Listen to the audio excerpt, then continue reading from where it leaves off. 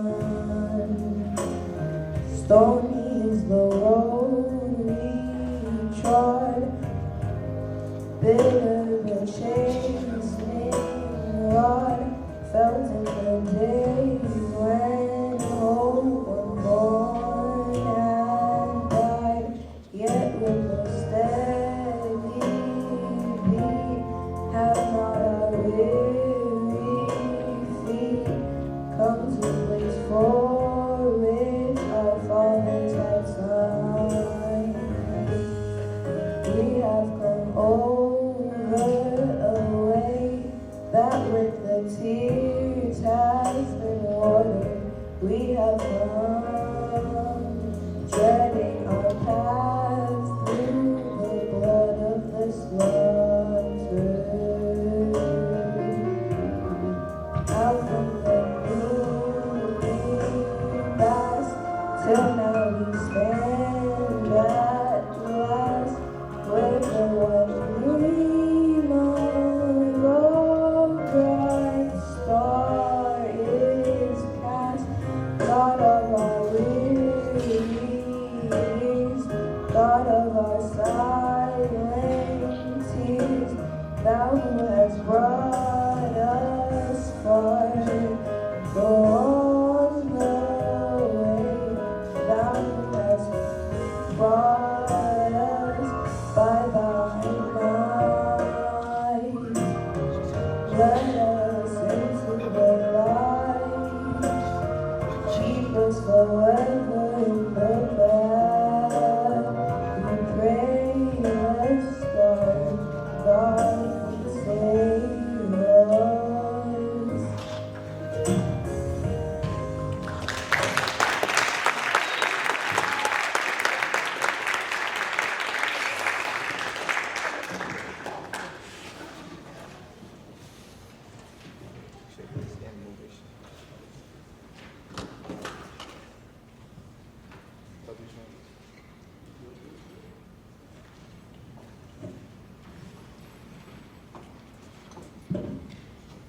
Hi everyone, welcome to Farmingdale High School. I am Levencia, one of the hosts for tonight's Black History Month program, hosted by our club, World Harmony.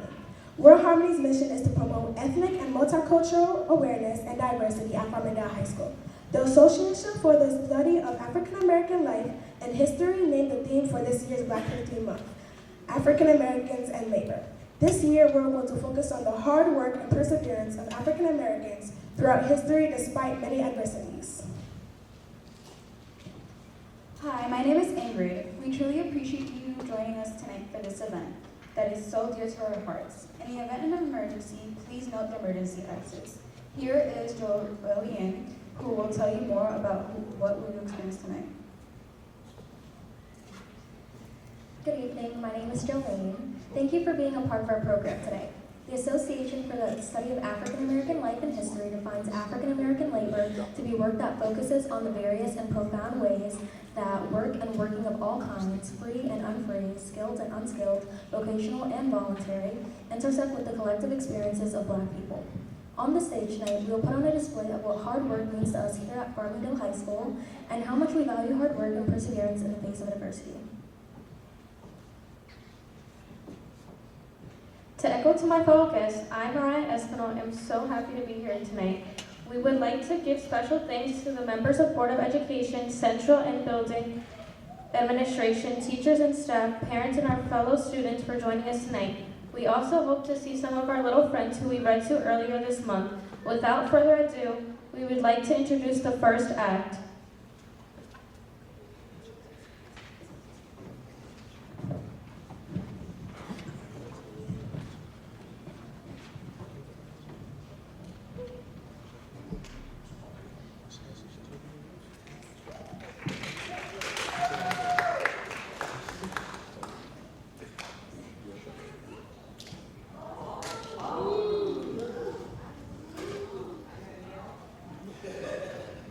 To start our program tonight, we wanted to introduce some of the people who have worked so hard to keep our school such a great place.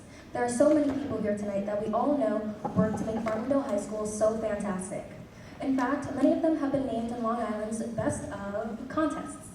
The individuals we want you to know about today, however, contribute to a safe, secure, and smart environment. To start our interview today, we are proud to invite to the stage Ms. Cordelia Anthony. Ms. Anthony works hard every day with her colleagues to create a strong community in our district. She certainly embodies our idea of hard work and perseverance. Please put your hands together as we welcome Ms. Cordelia Anthony and her interviews Jose Moreno Cruz and Jasmine Lawrence to the stage.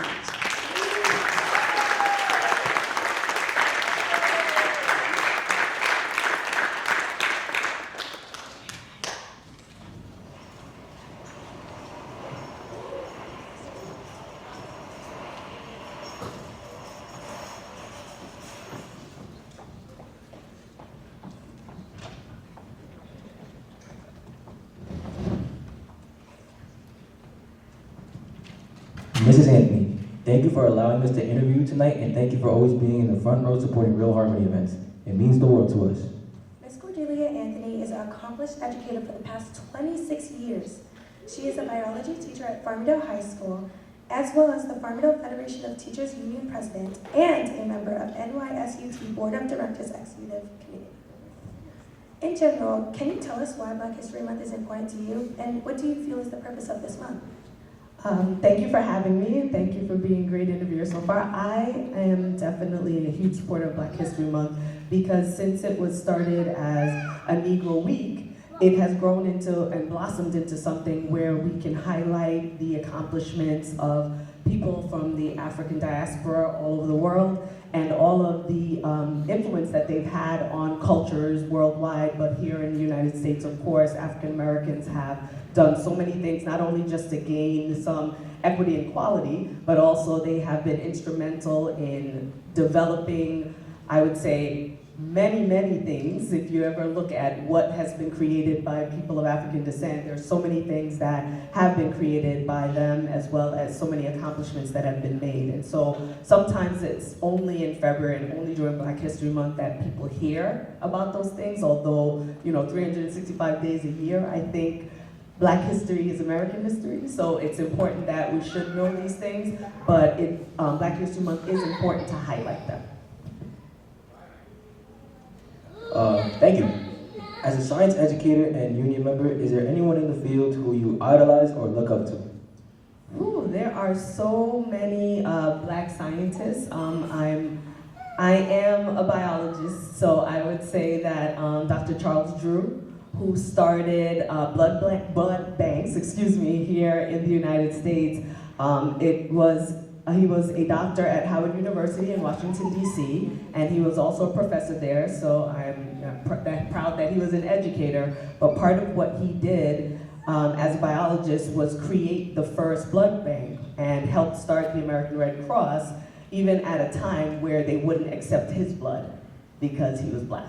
So he made influential contributions to the field of medicine, and so he is someone that I look at as a African American and scientist as well.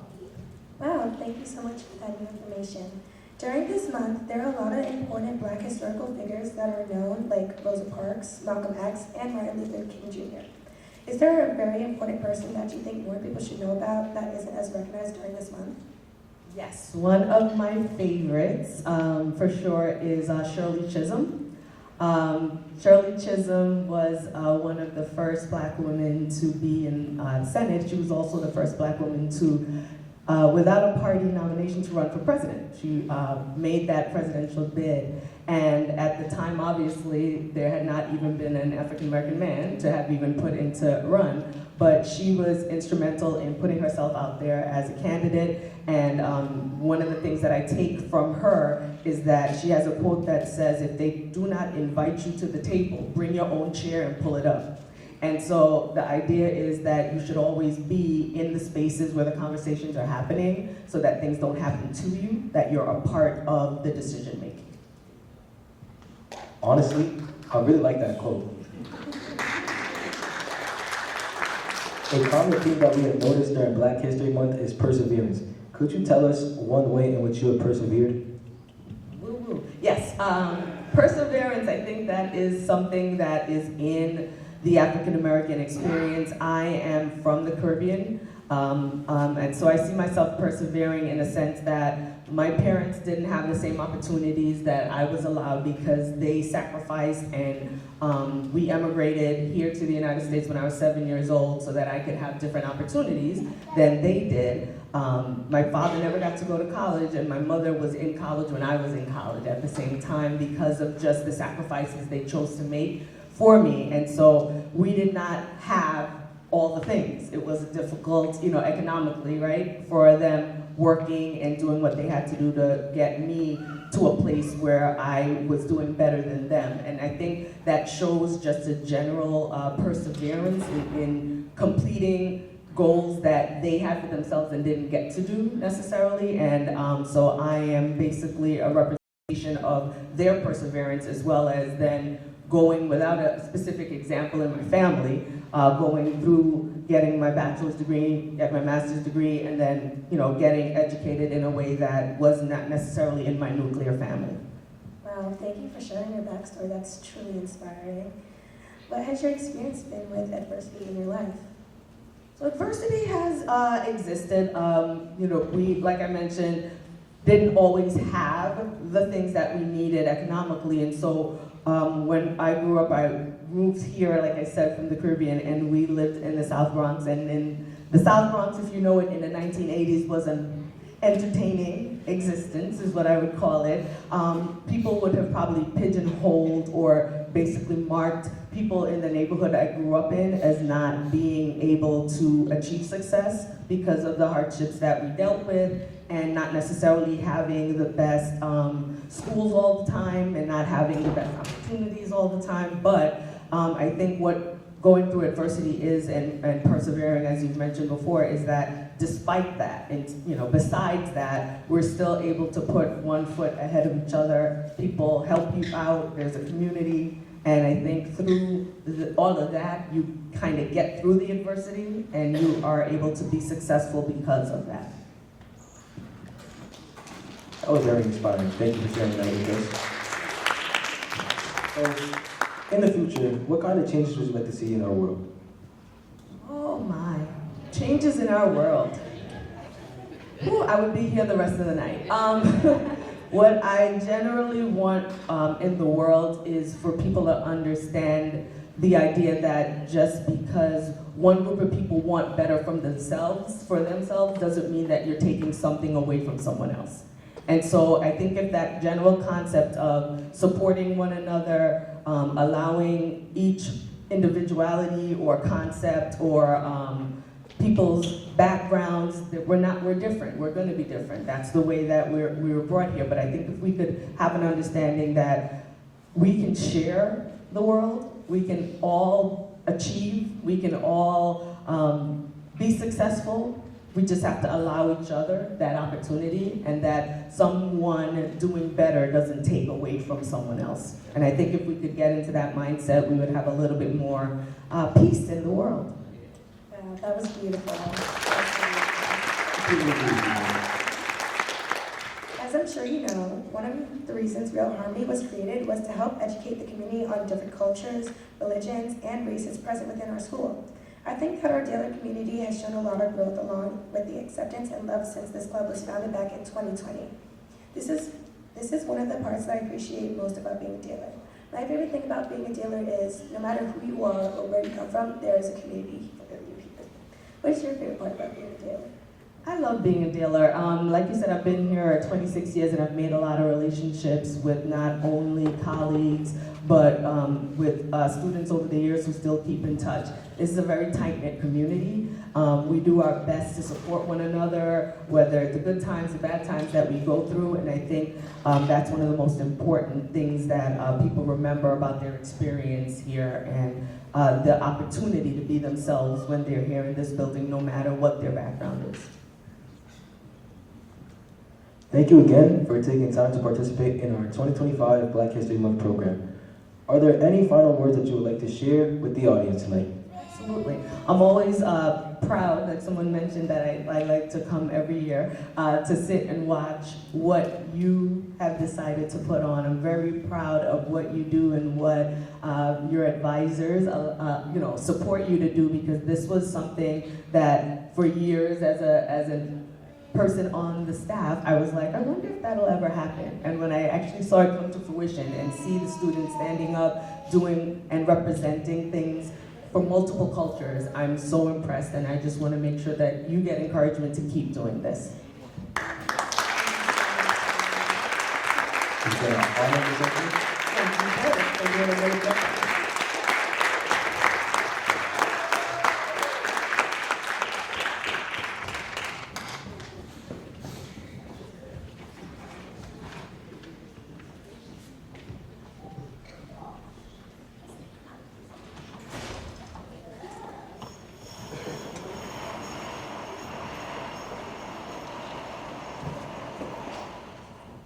Thank you, Jose, Jasmine, and Miss Anthony for starting off our show tonight with all the amazing things our district and Black History Month stands for. Next on stage is the one and only Mr. Kirk Mason.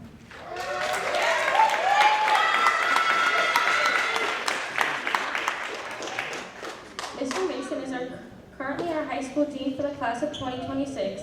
We always see him in the hallways, and it is so obvious that he cares so much for our school community. Can we please put our hands together to welcome Denaria Gettin and Mr. Mason to the stage?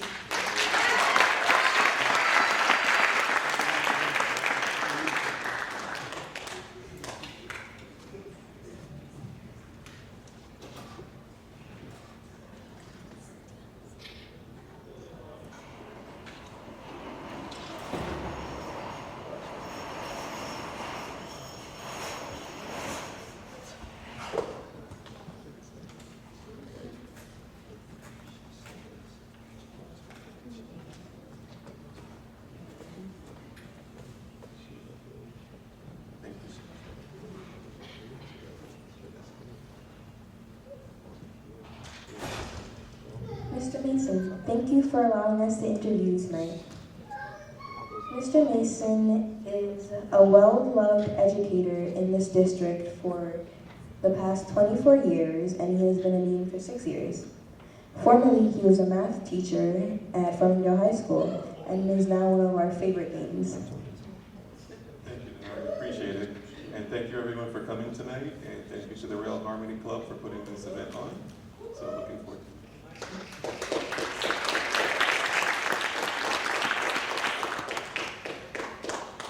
Mr. Mason, how do you balance academic standards with the need for student support and well-being? Oh, great question. Well, I think well-being comes first for me. I have to make sure that, for myself and students that, your mental and physical ability is, where it should be. To start off the day, in the mornings, I always make sure I try and walk around the building just to say hi and meet students and just find out how they're doing. You know, before you can start your academic day, you have to just make sure mentally that you're ready to start, you know, because sometimes you're dealing with chemistry, physics, you know, math, and it's a strenuous day. So. That's very true. What strategies do you use to ensure that students feel safe and supported both academically and emotionally at school? I think it's very important for students to be proactive. You know, we have a lot of different clubs that students always recommend joining. One, of course, is Real Harmony. You know, it's besides your basic core classes, you know, it's very important to do extracurricular activities and make friends and just socialize. You know, so that's one important strategy. I would say just be proactive and take responsibility, you know, for your life. Just take charge. What are some of your favorite clubs? Some of my favorite clubs, several. One of my favorites is robotics. You know, yeah, robotics is very cool. They make very cool, you know, designs, and you know they spend a lot of time creating new things. Also, chess club, and of course, Real Harmony, one of the best. Of course, right, Real Harmony. How do you foster a positive school culture and promote respect, inclusivity and diversity among students? The first word that comes to mind, and we've said it over and over again tonight, and I think you were the perfect role model for tonight when you filled in for that, is perseverance. You know, in life, you know, you're going to encounter a lot of different issues, problems, concerns, but one quote that sticks out in my mind is, you know, seek first to understand, then be understood. You know, when you listen, you know, I realize one of my weak points is I'm not a great listener, you know, and I realize when I'm talking to a student or a staff member, it's important just to try and understand their perspective and just understand what they're going through, and then, you know, I can take the next step in helping. What are some creative ways you can encourage student involvement in Black History Month programming, especially for students who may not feel personally connected to the subject? Oh, great question. Flexibility, you know, I would just say, you know, find out what your strong point is. For example, one of my passions in life is music. You know, I'm not a great musician, whatever, but I find that music, you know, calms me, calms my soul, makes me feel like a better person, and you know, you can use whatever your talents are. For example, if it's music, art, TV production. As you can see in our building, we have a lot of TVs. You know, so for example, if I'm in the Real Harmony Club and I want to promote Black History Month, I might, you know, go to the main office, maybe research a Black historian, and maybe I can get that on the TV. You know, we have so many TVs around the building, so you know, you can just find, you know, different avenues to support. In your experience, which is a lot, 23 years, what kind of events and activities have been most effective in engaging students in Black History Month? You just said a lot. Do you mean I'm old? No, I'm saying that you're very well versed in these events because you've been here for so long. You know this building. I really appreciate that. I definitely say, you know, in your clubs or groups, communicate, plan performances, participate in events like this, and you know, talent shows. We have so many different after-school activities that you know are there to help support Black History and Black History Year. How do you encourage a school culture where students feel comfortable discussing issues of race, identity, and history, both during Black History Month and beyond? I think in Farmingdale, we're so fortunate to have so many different cultures, so many different ethnicities, that, you know, it's just educating each other, you know, so we should work together, you know, and that way we achieve more, you know, so the word that sticks out there also is just the, you know, synergy, you know, so just working together to achieve more. Wise words. How would you work to foster an environment where Black students feel proud of their heritage and empowered to share their stories and experiences with others?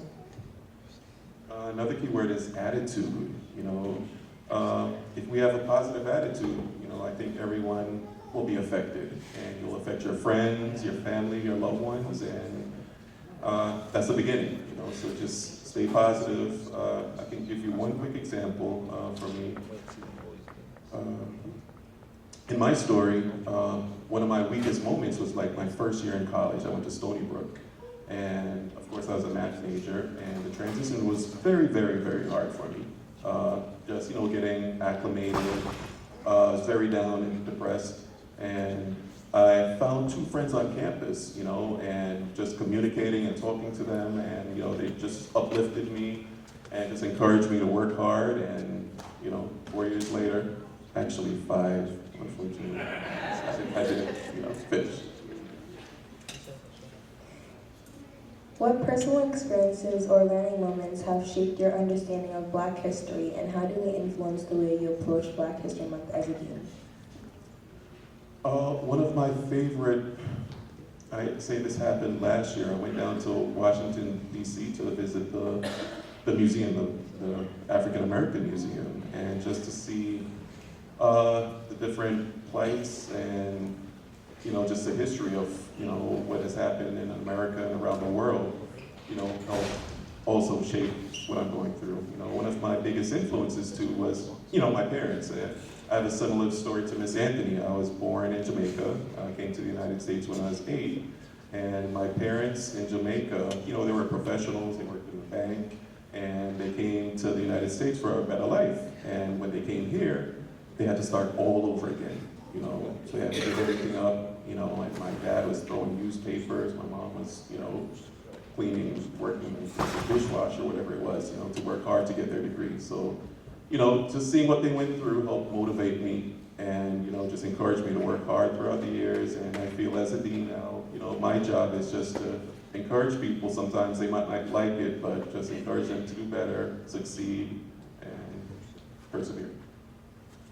Thank you, Mr. Mason, for your time and your valuable life insights. Thank you, appreciate it.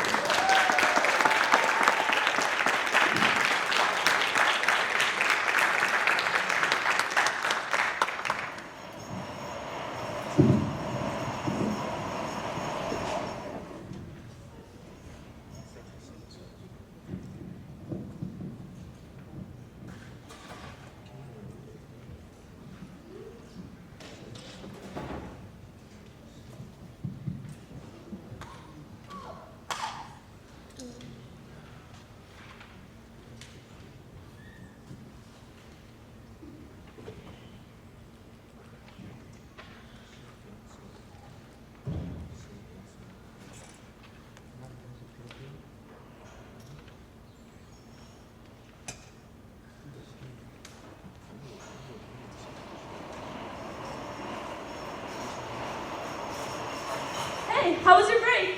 Hey, it was horrible. I had to work the entire time. Oh.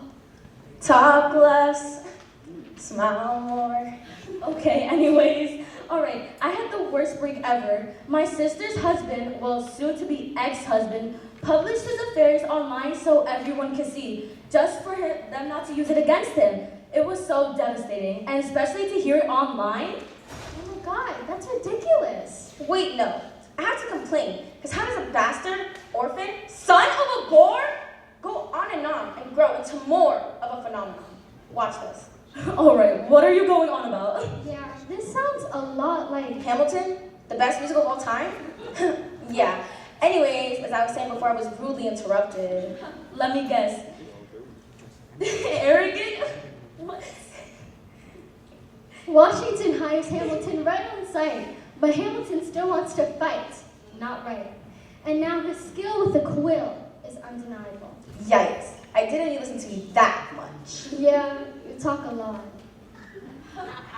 Oh wait, you will never be satisfied? I'll never be satisfied. It's not a phase. Did you not just say it? Never mind. 1, 2, 3. Go watch Hamilton on Disney Plus or Broadway. Woo!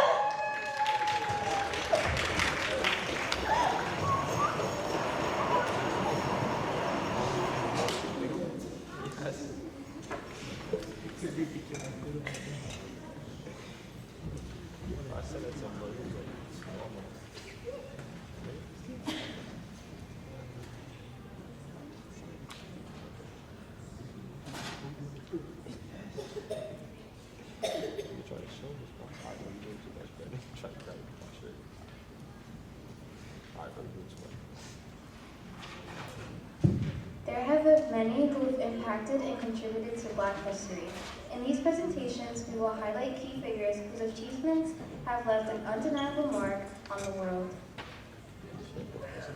We will be learning about anti-apartheid advocates, Nelson Mandela, civil rights activist Martin Luther King, and Harriet Tubman, an anti-slavery activist. Please welcome to stage Emily Alvaro and Kiana Singh to the stage to teach you about the highly influential people.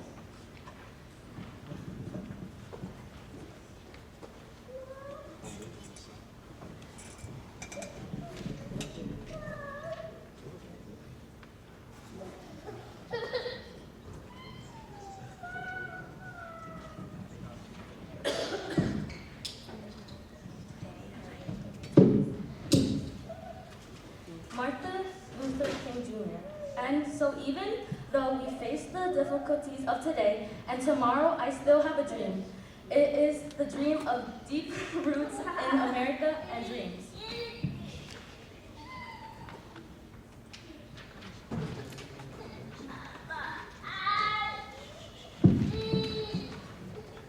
This shows the time and the speeches that Dr. Luther King spoke.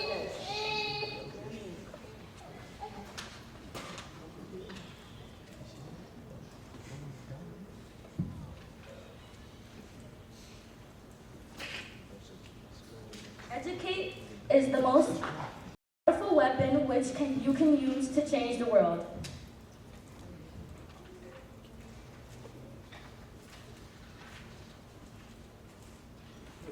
Felt that everyone deserves to be treated the same regardless of their skin colors. He joined African Nations Courageous, a policy group, and strived for equal rights for whites and blacks.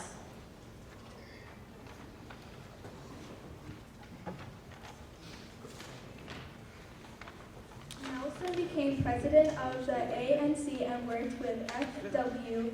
de Klerk to bring an end to apartheid in a honest way and introduced equal rights for everyone. Their work towards making South Africa a more peaceful place won the pair the Nobel Peace Prize. Nelson became the South Africa's first black president. He eventually opened up the Nelson Foundation, which worked towards equal freedom and peace. Harriet Tubman was an American politic. Born into slavery, Tubman escaped and made 13 missions to rescue 70 enslaved people, including family and friends, using the Underground Railroad.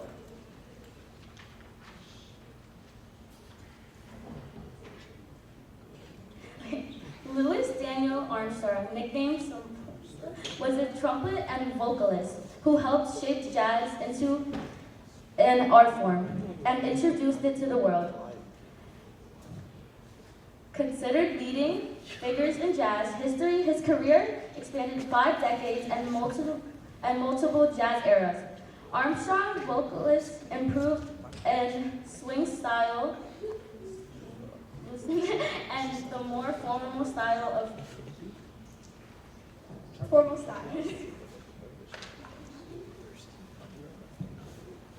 Louis Armstrong was born in New Orleans, Louisiana, on August 4th, 1901. He was raised by his mother in a neighborhood so dangerous it's called the battlefield. He only had a 5th grade education, dropping out of school early to go work. What he's famous for is he developed the rhythmic language of swing and made it the foundation of jazz and popular music. He inspired a new approach to singing.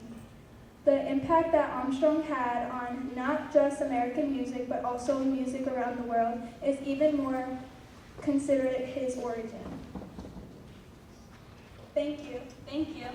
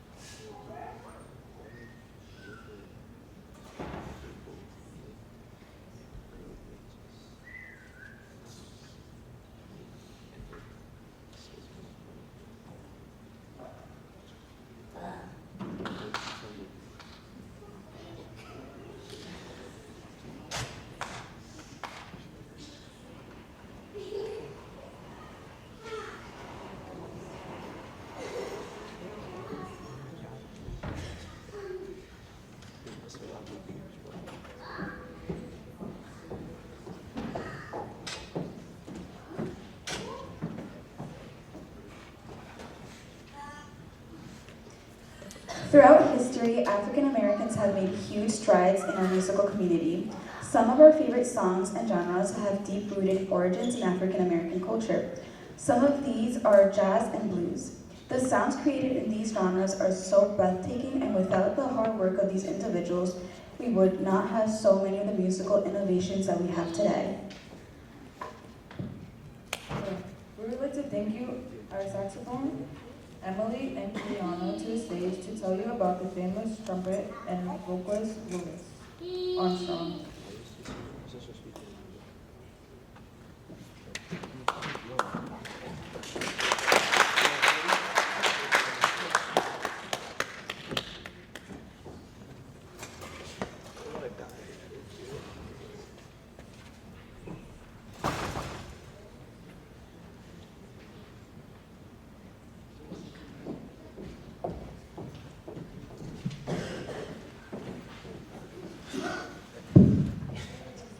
We want to thank the staff who so graciously agreed to be interviewed tonight once more. We have had so much support in this building as our club seeks a way to make our mission heard.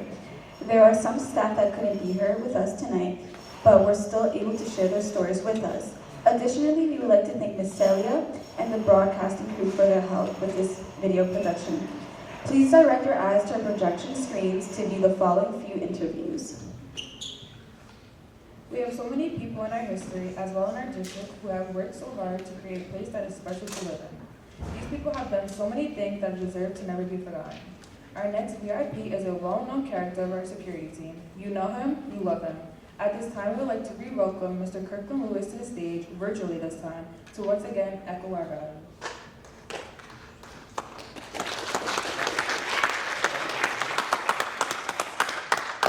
Hi guys, I'm Emily and this is Kirkland Lewis. Thank you, Mr. Lewis, for starting our event with the national anthem.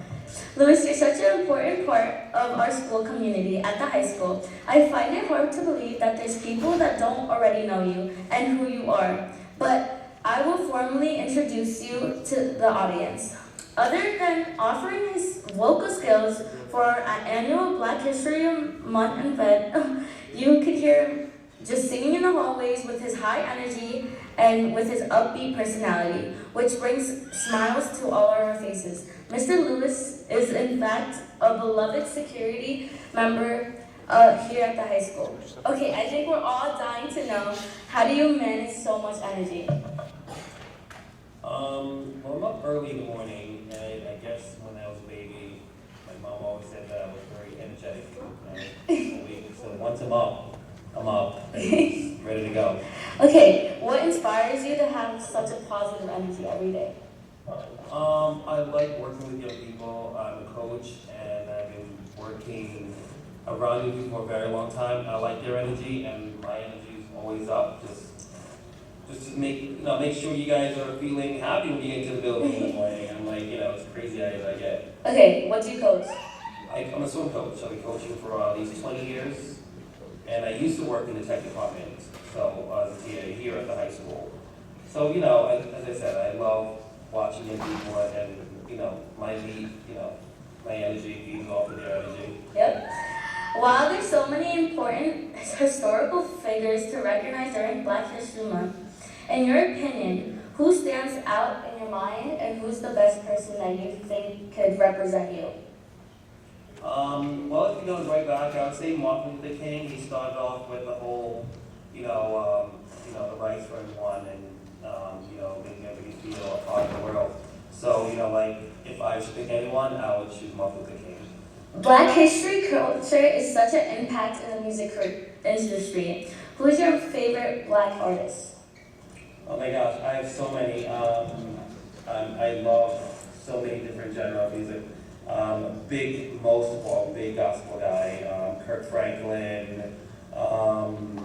There's so many. Michael Jackson, God rest his soul. Despite all the odds, but really great artist. Okay, what do you like about their music? I'm a singer, so I love the way their voices are beautiful, and they inspire people, and they inspire you to sing. The crowd that they draw is very positive. So just I just love the energy they give, and the harmony of the voices. Okay, I think everyone wants to know, how did you learn how to sing so well? Well, once I was, when I was a kid back in Jamaica, one Sunday I was at church and they said, you know, young people, can someone come up and sing? And I'm like, yeah, I'll go up and sing. And I went up, I was like, 8 years old. And I was up there and I sang, God is not dead, but he's alive. I did the action and to the whole song. And at the end of that song, everybody came up and they filled my little hands with money and it was falling through my fingers. And then from that day forward, I never stopped singing. I sang every day. Once I knew I had a voice, I never stopped singing. I sing all the time on the track meets. I sing everywhere. I'm always singing. I think we've all seen you sing before. I try to call myself the musical.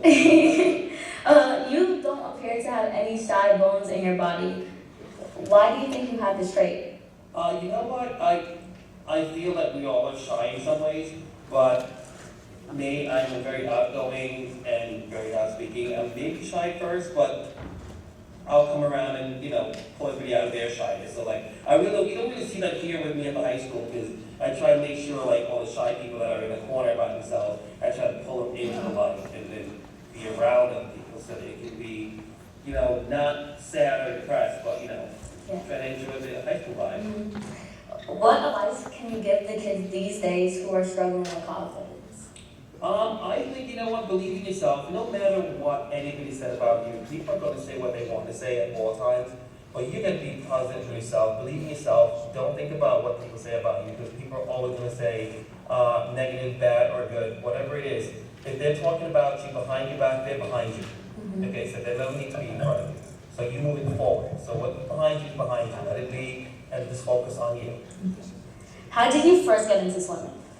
I was always a swimmer getting in trouble when I was a kid, you know, so I was always in the rivers and jumping off of rocks and swinging from branches into the water. And then I did my class to become coach and I started coaching swimming here at Farmdale High School, Farmdale Aquatics, and I was coaching there. And that's where I started. Bruce Pye, God rest his soul, and the family asked me to coach and they needed an extra coach and that's when I started coaching. And as I said, I've been doing it for it was 20, 25 years now. I've been coaching. I love it. Shout out to the swimmers. I know, swimmers out there. I love watching young people grow, and I like planting things. I like gardening, so I like to see people flourish. Mm-hmm. Okay, what do you believe was your best accomplishment in your swimming career? My best now as a parent, I'm happy to see my kids that are swimming, and my accomplishment to see like all the kids that I've coached have gone on to like colleges, doing best in their like awesome swims in college, and you know doing better in their lives. And now half of them are coaching. So now I'm on deck coaching, and then there's a swimmer that I coach as a coach on the pool deck. Okay, what definitely is your favorite student community in Farmingdale? You know what? That's a tough question. I mean, actually, I love all of the fan base. I don't really have a particular one. I'm just so I would say universal, I guess, to say. I like it all. Like, I don't really have a specific, I don't have one thing that I like that much. I like everything. I don't know, maybe it's different, but I like everything. I like it as well. I think it's the marching band. They bring the heat. I gotta give it to the marching band. As in music or in sports, I mean, they're all so good. Everybody's so good in different ways. And every department, the marching band, the football team, the track team, the wrestling team, they're all amazing. So I love them all. What's your favorite part of being a Daler? Just to say, if you cut me, I'll bleed green. Because I've been here forever. I went to school here, class of 96. I'm a graduate, came back here as a teacher's aide for 8 years. So I'm a piece of this building. You move me out, you build my phone. But I've been here forever, and I love this place. As I said, there's a lot of us that went to school here, that are working here still. Both of Dini, we all went to school together. So, we're all a part of this big community, and I just love the energy and the vibes that we give off. Do you think that the community can help out in different ways, better? I think as a community, when something happens, for instance, when we had the tragedy, I think the community comes together when they need to. They're always there, but I think if you reach out and tap into them, they'll come in. Like, people are always willing to help, and with whatever, they're willing to share a helping hand. Okay, we all wanted to thank you for joining us today with your wisdom and all your talents that you have with us today. Before you have to go, I have one last question. What does Black History Month mean to you? Black History Month means to me, it's as a Black person, and then of people in the world in the school of color. It shows like where we've come from, from way back in the day, and then now to see what you can do as a people of color, living your life, doing what you want to be, not locked down, not, shut up, but you can speak your mind, you can do you can go to college, you can go to university, you can be anything in the world, you can be the president, you can be anything at all, it doesn't matter if you're black or white, but, any color at all. But as a color person, you can do all you can be, as I say, you can be all you can be in the army, so you can be all you can be in the world. Thank you so much for joining us today. Happy Black History Month, everyone.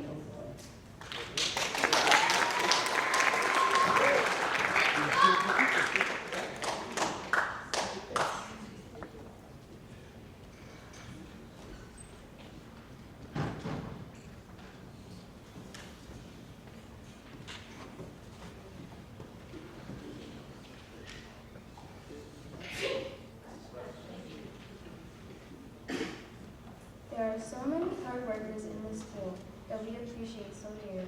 We would like to thank them for their time and continuous dedication. Up on our screens next is Michaela Harry Lau, who interviewed one of our amazing guidance counselors, Miss Nikwisha Buzone.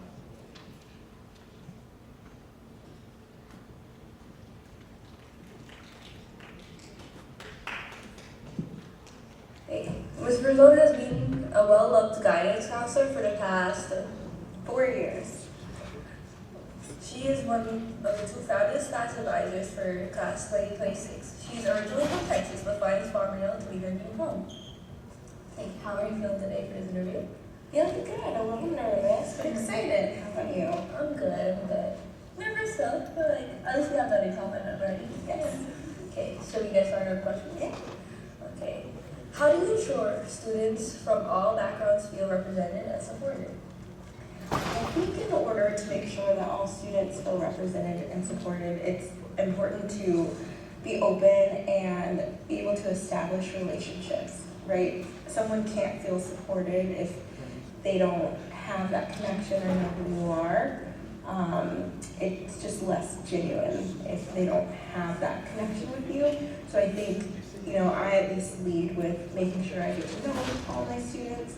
I meet with all of the new incoming students at the beginning of the year and just to have a conversation and get to know them. That way, if something does come up where they need to feel supported or, they need someone to talk to, that relationship has already been established. So really just building rapport, I think, helps me a lot. That's excellent. Very nice answer. What role do you think a guidance counselor plays in promoting an inclusive atmosphere? I think the role of a guidance counselor is really just being kind of a liaison. I think we're in a very interesting role where we talk to students, we talk to parents, we talk to other faculty members and administrators. So in terms of providing an inclusive atmosphere, if things are going on where people are feeling excluded or that harmony is not in place, we're in that unique position to be able to touch base and educate people or bring people together. So I think that's the role of a guidance counselor. How would you support students who may feel disconnected or disengaged from Black History Month celebration, particularly if they don't see themselves reflected in the history or literature being taught? I think that's a really personal experience, right? Not seeing yourself reflected in the things that are going on.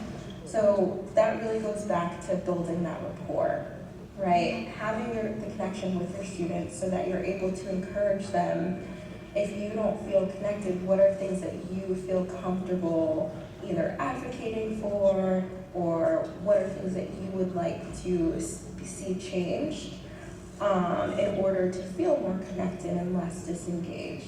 And being, again, that safe space where they can express those things, and then taking it a step further and supporting them and helping them get from, well, I don't feel connected, these are the things that can happen in order to make me feel connected, and then bridging that gap and supporting them and helping them carry it out. I think it's personal, so it's not like I could say to them, oh, well, I think you should do this, or I think this should happen. They really have to have that comfortability to express to me, you know, this is how I would feel. And then, like I mentioned, just supporting them to get there. Okay, thank you for being on with us today. We're glad to have you. Thank you for letting us interview you. Thank you for interviewing me. Happy Black History Month.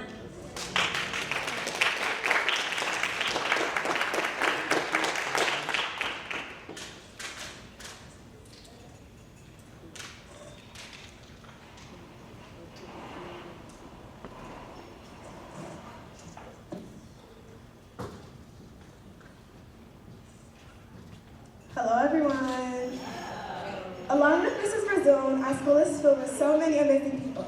Up next is Stephanie Cicada, who will be interviewing our beloved security guard, Mrs. Evelyn.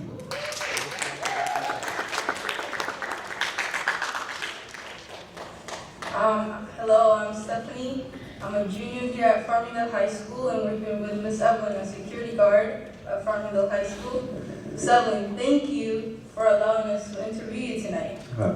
Miss Evelyn has been a well-loved security guard for the past 19 years. She loves getting to know the students and making an impact on their lives. She was born and raised in Queens, New York, and is a mother of 3. Her son is 37 and her twin girls are 36. You didn't know that, did you? I didn't know that. Yeah. What does Black History mean to you, Miss Evelyn, now that you're in February, huh? Well, Black history to me is every day. It's not just a day. But I get that they want to make it a month for Black history, but I also feel like they can have it for Latinos or other races, Jamaicans, anything. But since we have it for Black history, it's important to me because it symbolizes freedom. So you kind of feel like you need to remember every day what like Black history, like Black people did and what Hispanic people did. And Yes, it's every day for me. I see. So since you're a security guard here, how do you ensure that all students feel safe, respected, and valued during Black History Month, especially in a diverse school setting like this one? Well, I show up every day feeling the same way every day as myself. And I naturally want other people to feel comfortable and safe because that's how I feel. So I try to reflect myself into anyone that I'm talking to. As you know, when you met me, it's the same. So it is important to me to make a student or anyone feel safe at Farmingdale High School, not just in a month. It did me kind of funny how you grabbed my phone and you said to Google something, right? Yeah. Yeah, you never found out. So what strategies would you use to support the school's effort in promoting positive and inclusive atmosphere? With strategy, once again, I would just continue to be myself. And it's not really a strategy. I would just encourage or make a student feel comfortable and safe. And once they feel comfortable, they'll talk to you about anything. I know. It's like I want to tell you all my life right now. I know. I've been looking for 3 years already. Yeah. So, what steps have you taken to educate yourself about Black History Month? And how do you stay informed on topics related to the diversity and inclusion? Okay, so I'm gonna reveal another fact that a lot of you guys don't know. So, what steps have I taken to educate myself? My dad is Black and my mother is white. So I learned about, and they're from the South. My father's side is from the South.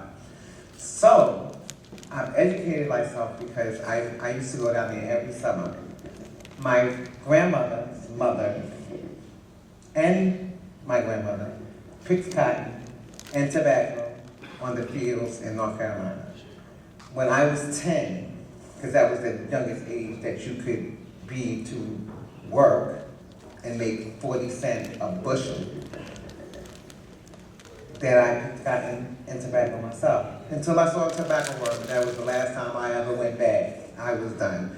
But I used to sit around the elderly ladies who used to talk about when they were in slavery and bonded and how they used to work on the, not used to work, they used to be forced to work on the fields, on the farms, and shovel and do whatever because they was told to. So I was educated by my ancestors. I see. It must have taken a lot though, like courage to process as a kid. And Well, when you're young, like you don't really get it until you get older and say, oh, my great-grandmother was a slave. So then you really get it. you can really like picture something instead of just hearing what other people are saying. And Absolutely. you really know what you're talking about, in other words. Yes. Okay. So, can you share a moment in your life when you learned something significant about Black history or culture and how it impacted your perspective? I mean, you kind of told us one already. I was just about to say that Yeah. that question was answered in the long answer that I just answered for the. Yeah. You're just natural at this, right? So. As a security guard, you often serve as a role model for students. How do you ensure your actions and behavior reflect respect for all cultures, especially during important times like Black History Month? Well, I ensure my actions by showing up and respecting. So if you respect others, you get respect. That's how I ensure my actions. And I just behave. I mean, I'm not gonna say I'm 100% always, saying the right thing. But when a person is comfortable with you, they'll get it. Oh, she didn't mean it like that. But it's important. This month is important to me because of what my ancestors had went through. So it's significant that the slaves have been freed and that we're able to vote and do everything that anyone else is able to do.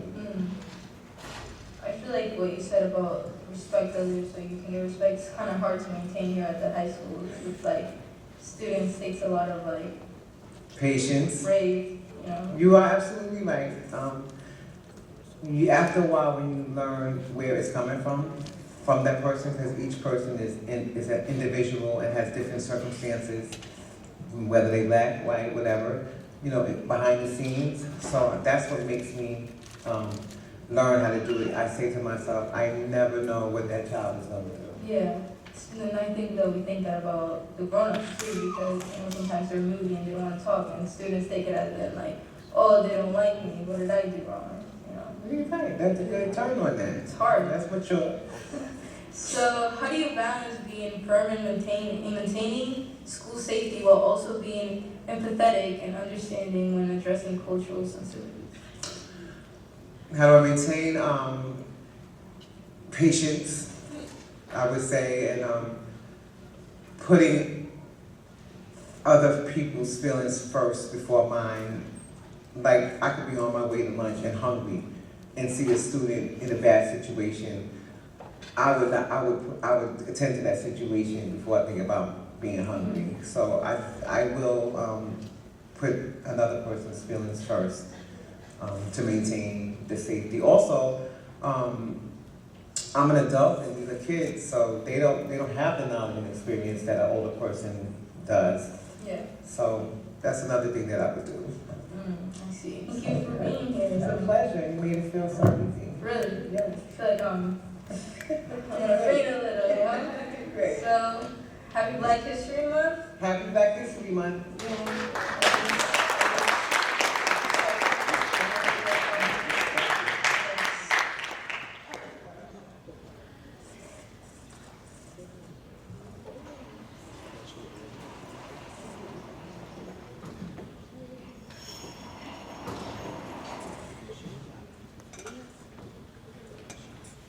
Okay, so So once again, we would like to thank all our participants for carving the time out of their day during their free time to support our club and our missions.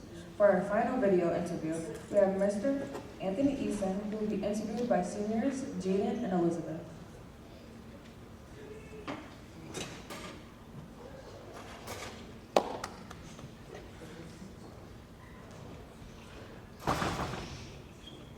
Hi guys, my name is Elizabeth Alvarez, Hey guys, my name is Jaden Allen. and we are high school seniors in class of 2025. We're here with Mr. Eason, our very special and dedicated math teacher who we love here very much. Yes, sir. And we do have our Welcome to History Month performance going on sometime tomorrow. So we have some beautiful questions for our former stepper. Our former stepper and fraternity participant. Yeah. So our first question is, what made you want to step in the first place? It's part of the Black fraternity culture. It's a tradition. Yes. That's why I attended Lincoln University. Yes. But first, historically black college at the Valley. So I know that definitely STEP has a lot of background in sororities and fraternities and HBCUs. So what made you think, what did you like most about your HBCU and your fraternity experience? And until this day, we speak every day. My heart was like, group chat. How has that really helped you in life? Like, how do you feel, having kind of a family outside of just your actual blood relatives? It's a support system. I can talk to them about anything. If I need anything, like for instance, one of my fraternity brothers died.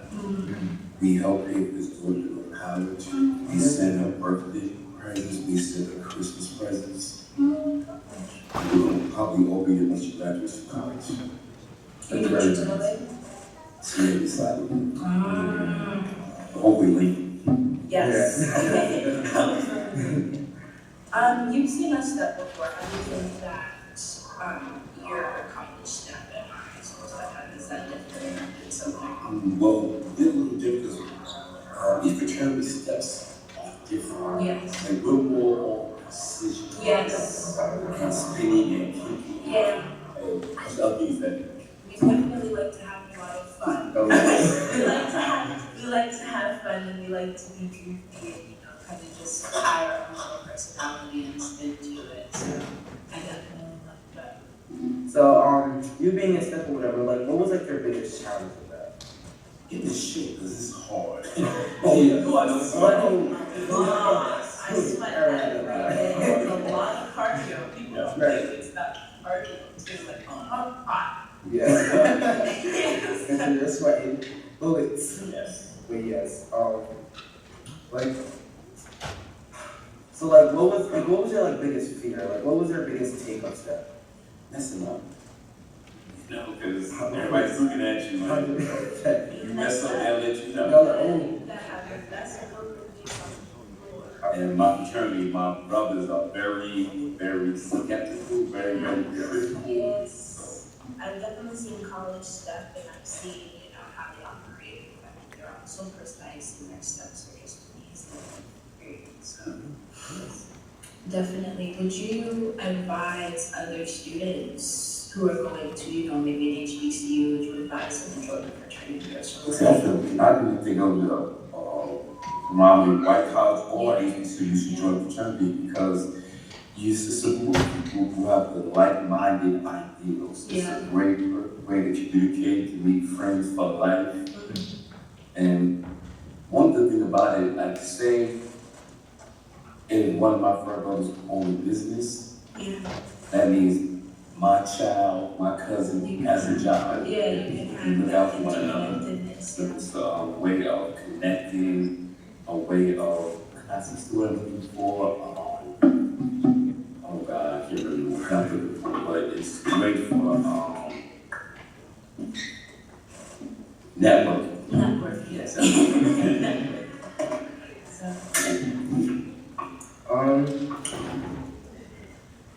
What made you want to do STEP? Like, It wasn't that I wanted. I was made to do it. Do your fraternity. You have to. When you're pledging, it has to be called a probate. So everybody was pledging. You have a probate show. You have to step. It's intense. So did they have like practices and stuff like that, or haven't they? For hours every day. For step practice. Because they're so I wouldn't say particular, but they're so Like before a show, we would practice like a month, at least 5 days a week for like 2 hours. Yeah. Is there ever a time that you like just wanted like you felt like it was overwhelming, you just wanted to give up? Oh, definitely. But you know, that's when your ego kicks in. Yeah. Yes, 100%. It's just like I got here in the first place. If you know that. Yeah, exactly. No way, I can't get this done. Sorry. Do you remember your first actual performance? And how did your first performance go for you? How did you feel? Well, Where was it? It was a little different. My first performance, because like I said earlier, when we're online pledging, you have to do appropriate, so you have to step, so it was mandatory. Did you make your own step, or did they make a step for you? One of my line brothers, he made all the steps, so we call it the disco dog, because he loved the kids, so he made all the steps. Yeah. And how did you feel doing your first step? And did you mess up or anything? Yeah. Oh no, I didn't mess up, because you messed up, it was a trouble. Oh my gosh, no, I messed up my first performance really, really bad. I messed up mine super, super bad.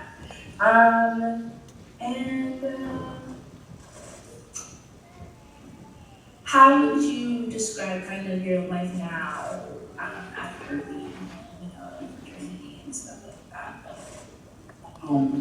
Well, principles Do of you think it's manhood, affected your that puts us personality way and out of you it. as a person?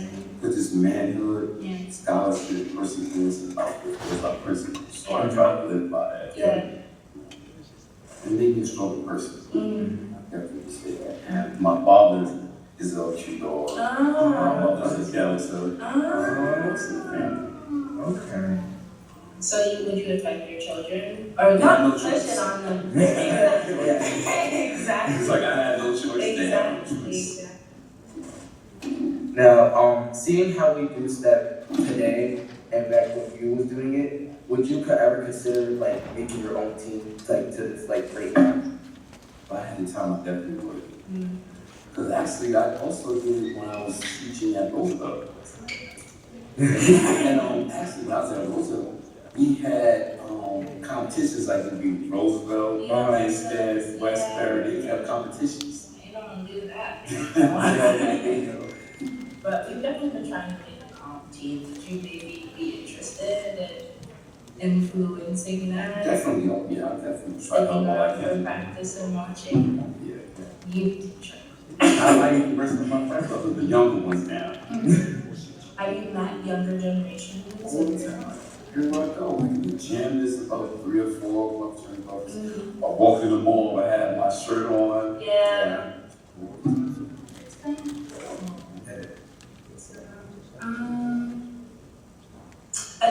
You played college football, right? Yes. How would you describe your experience of doing that, playing a college level sport?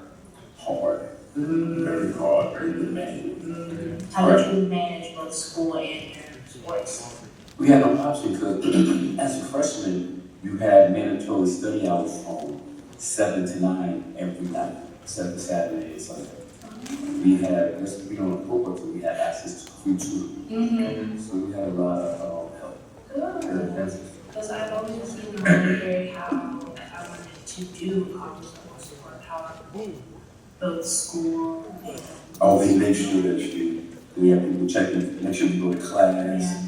So it's definitely helpful, keeps you on the schedule. Has your fraternity helped you, kind of pull yourself together? Oh yeah, we study together, take classes together, help one another out. Yeah, definitely.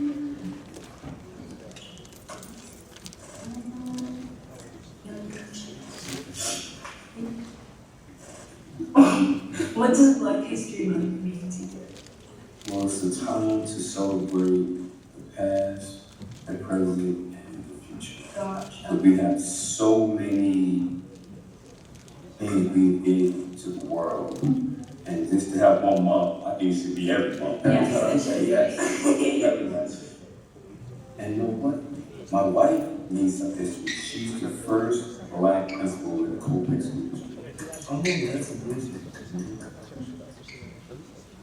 I'm the slap of the family. You did great at energy. I bet. And let's take a look tomorrow. And possibly do a step with us on stage. If I can, I gotta see what time my wife gets home. You can teach you. We can write it. Teach you a little step. Oh, quick question. Would you ever be open to show our step team one of your fraternity stuff? Yeah, I might find an old team on just go see if you guys are old teams. I would love to see old yes. videos. Oh, yes. Oh my God, that's what human speaks. Right. One sweat. Thank you for Yes, joining thank you. us. It's a pleasure. And happy Black History Happy Black History Month. Take care.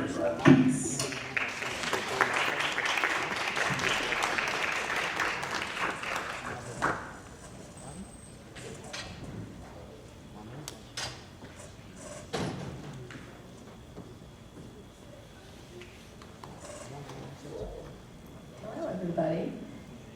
If there's anything that I can speak towards, it is definitely hard work. For years, the Stephendalers have put in so much effort to weave themselves into the fabric of our school community. They choreograph their own steps, and they build their own energy that is infectious to those that are watching them. I am so proud to say that I have the honor to work with these creative, inspiring, and kind individuals. Without further ado, can we please give a big round of applause for our senior steppers, Jaden Allen, Levencia Jean-Baptiste, and Tanika Earlington, and our choreographer, Elizabeth Aviola, as well as Whitney Cassette and Kiana Singh.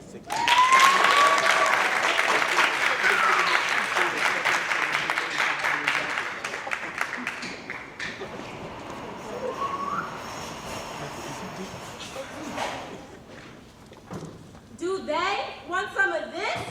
No, I don't think so. You want some of this?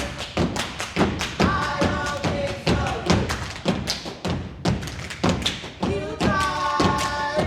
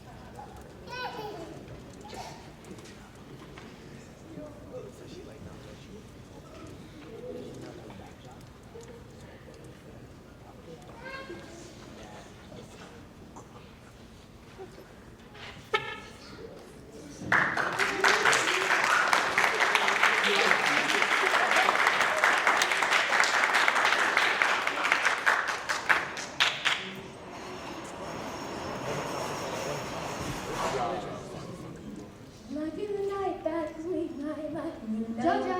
All stars. Jojo. Jojo. Oh, hey, what are you listening to? All the Stars by Kendrick Lamar and SZA. Oh, that's a good song. That gives me an idea. How about we play a game, Playlist Playoffs?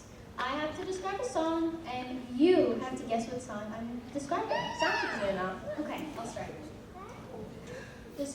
Name a song that, when you're trying to stay positive, but you're having really negative thoughts. Good Days by SZA. Yes. All right, your turn.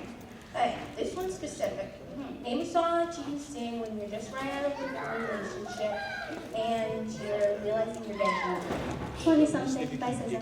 That was fast. I know that song a little too well. 20-something, you're getting Okay, we're older. having positive moments, not bad. Yes, you're right. Oh, okay. What's another song? When you're feeling like you're not special. Special by SZA. Yes. I wonder what all these songs have in common. They're all made by SZA. She has songs for all different types of situations, and they're honestly really good. Go listen. Nobody gets me. We're singing again. You just don't get it. It's fate. Okay. She just doesn't get it.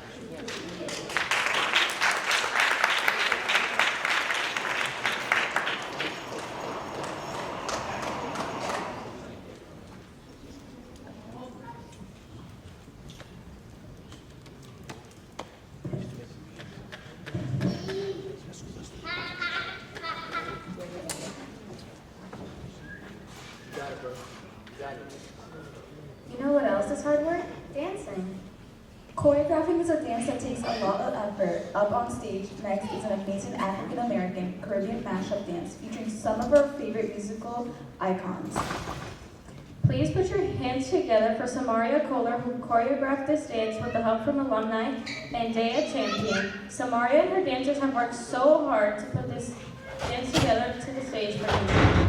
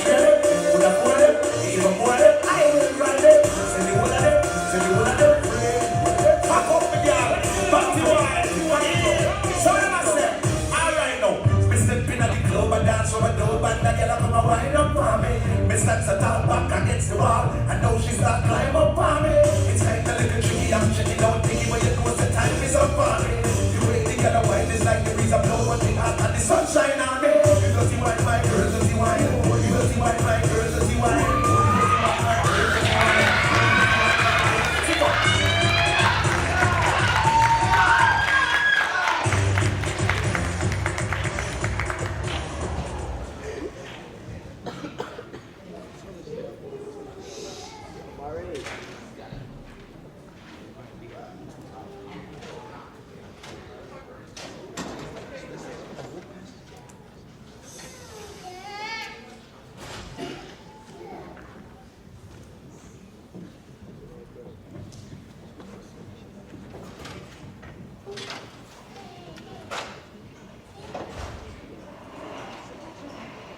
Hello everyone once again.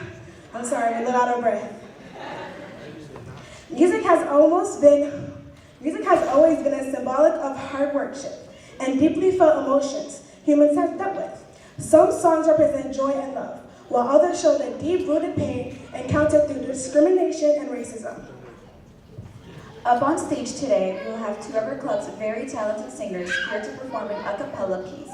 Please welcome Sarah Alejandro and Leah Ferdones to the stage to perform Blue Skies, originally performed by Ella Fitzgerald.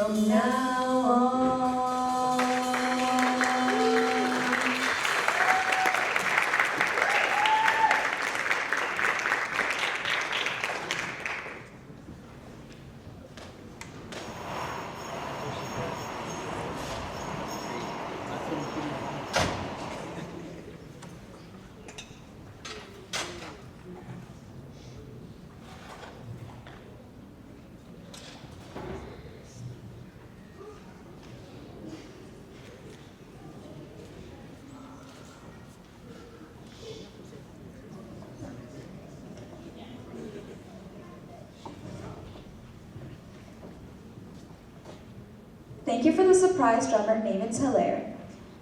Now, for the next act, African Americans have worked so hard to build a presence in the media. Did you know the very first African American game show host was Adam Wayne on CBS in 1975? He hosted musical chairs. I wonder if he influenced Steve Harvey at all. The Family Feud guy? He did some amazing things too. Did you know that Steve Harvey and his wife, Marjorie, founded the Steve and Marjorie Harvey Foundation in 2010, which helps under-resourced communities with education enrichment, gaining resources, and so much more. In honor of his hard work and all of the amazing effort put in by our community, we would like to share some facts with you in our game show. On stage next, Jose Murillo Cruz and Pierre Destra will be hosting Daler Family Feud.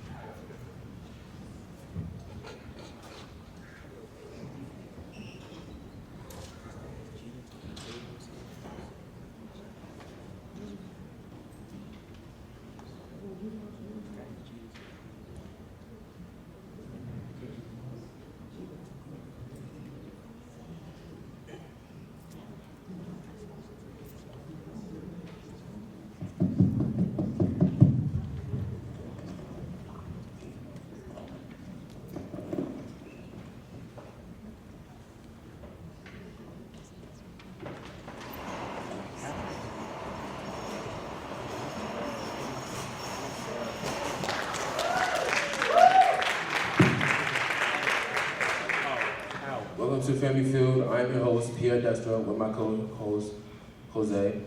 And today we are here with the Reals and the Harmonies at Farmville High School. Our family teams will have 10 rounds to play. One team member must hit the buzzer when they think they have an answer.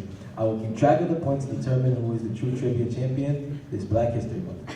Pierre, let's get this game show on the road, shall we? Of course. Name a famous leader from the civil rights movement.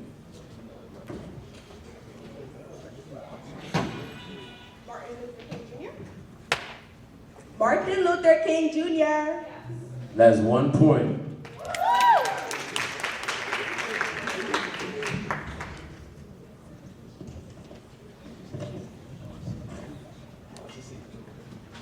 Four points to the Real family.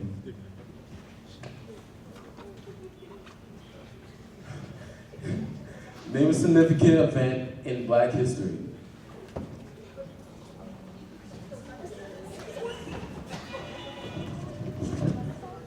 The Harlem Renaissance. That is 1 point.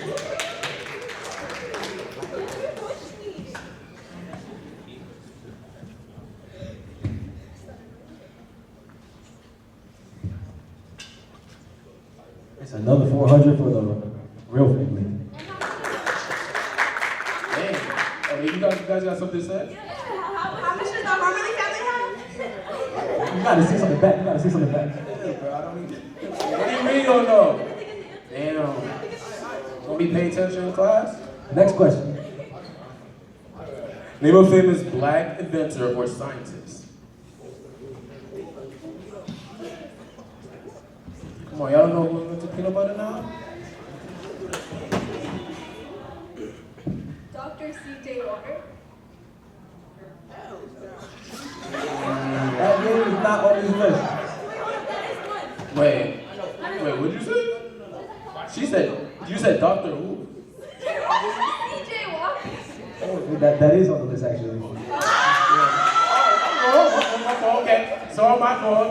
My fault. Y'all got the points. I got the points.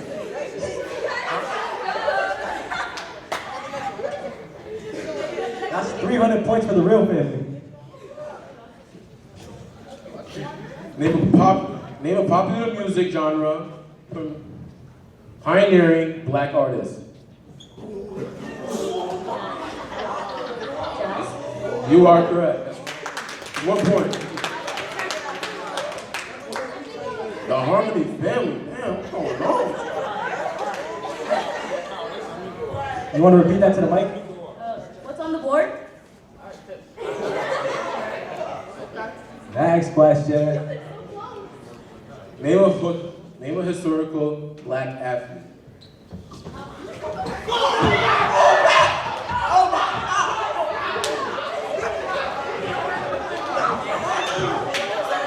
No, you play football. You try. So listen. Kobe Bryant. Yeah. 1 point. Okay. Calm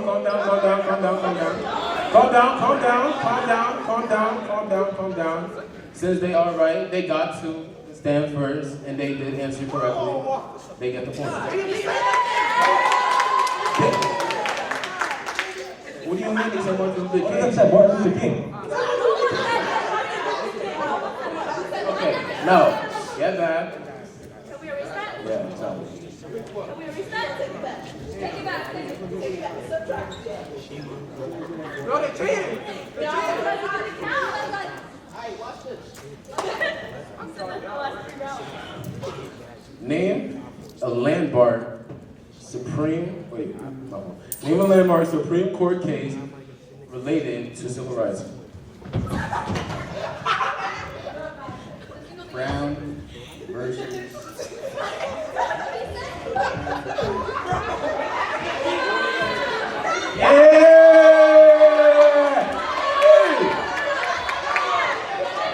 Oh, I ain't gonna lie. I'm not gonna lie. Okay. Alright, y'all. What is what we got today? Let's get on the point. It was like, okay, y'all. It was like, that's what we got today. Real harmony is pretty obviously the winner. I'm not gonna lie, this is disappointing for the harmony family. I'm not gonna lie to y'all. Like, 400 points to the Harmony family. you're an athlete. You got an athletic question wrong.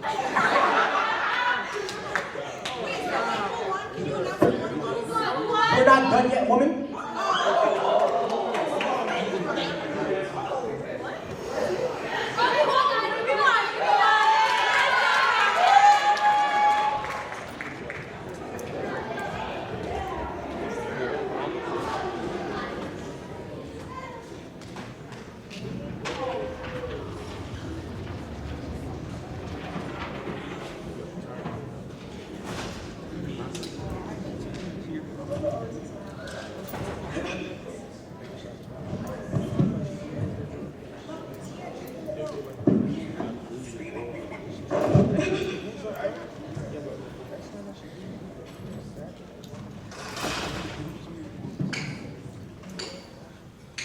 Okay, I'm back again. Okay. African Americans work so hard to gain presence, recognition, and respect in the media. But they also work hard to gain power and influence our rights and justice system through politics. Our first African American president was Barack Obama. He and his wife, Michelle Obama, are pivotal figures in our political history.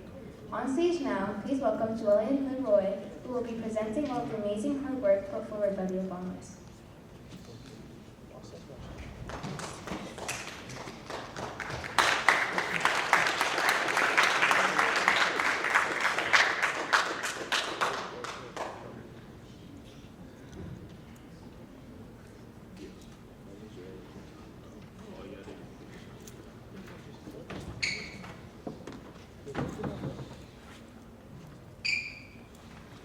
Obama was born August 4, 1961 in Honolulu, Hawaii.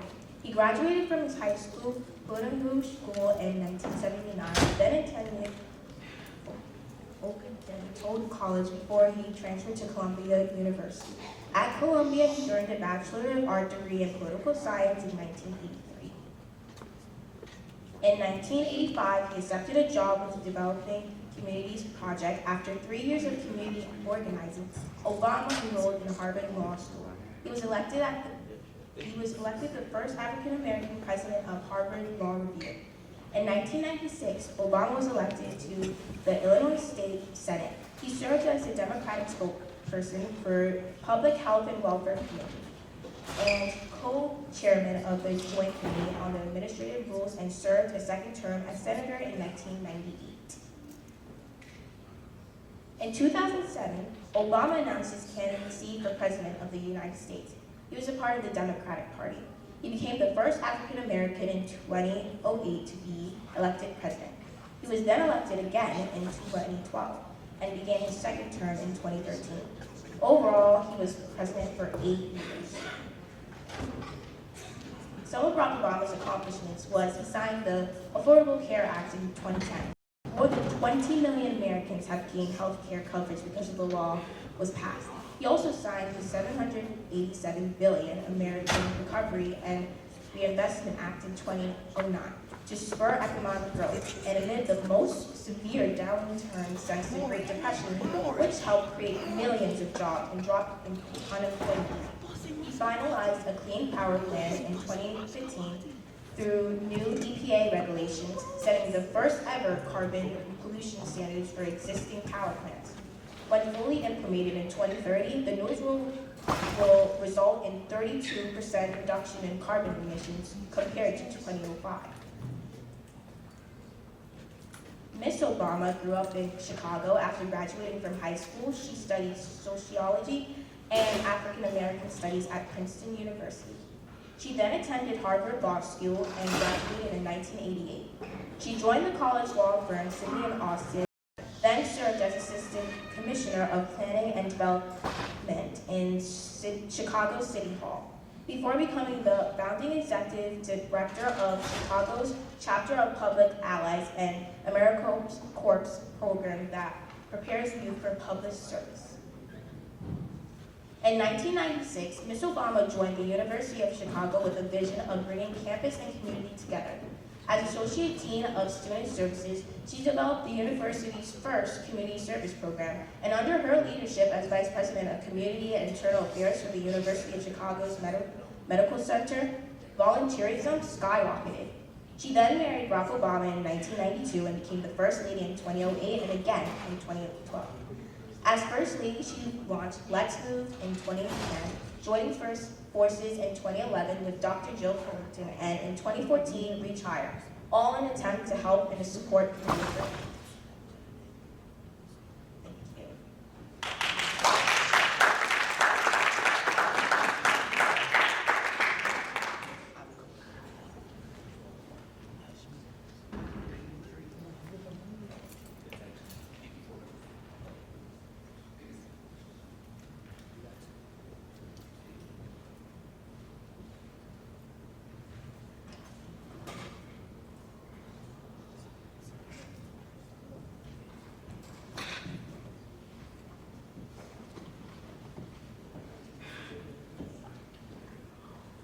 One of the most popular American pastimes is sport and athletics.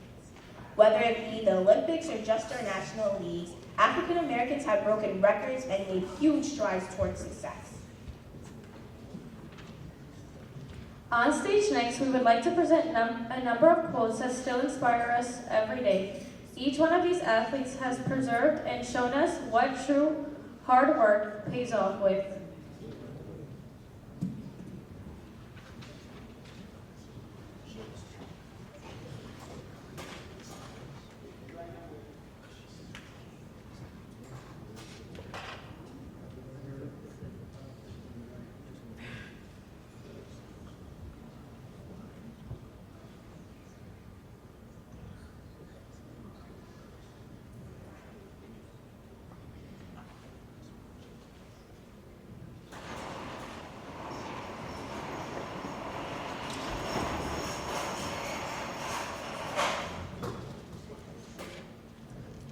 Ray Lewis once said, "The pain I feel today will be the strength I feel tomorrow."